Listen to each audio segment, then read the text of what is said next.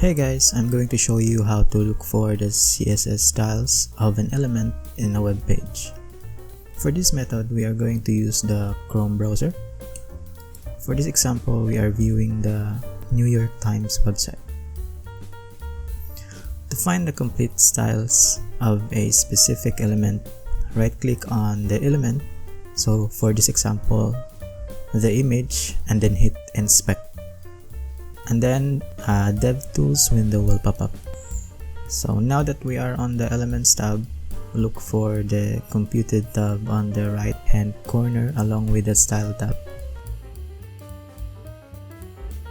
Select it, and now you can view all the styles of the specific image element. You can also filter by property or group the styles via layout, text, appearance, or animation styles.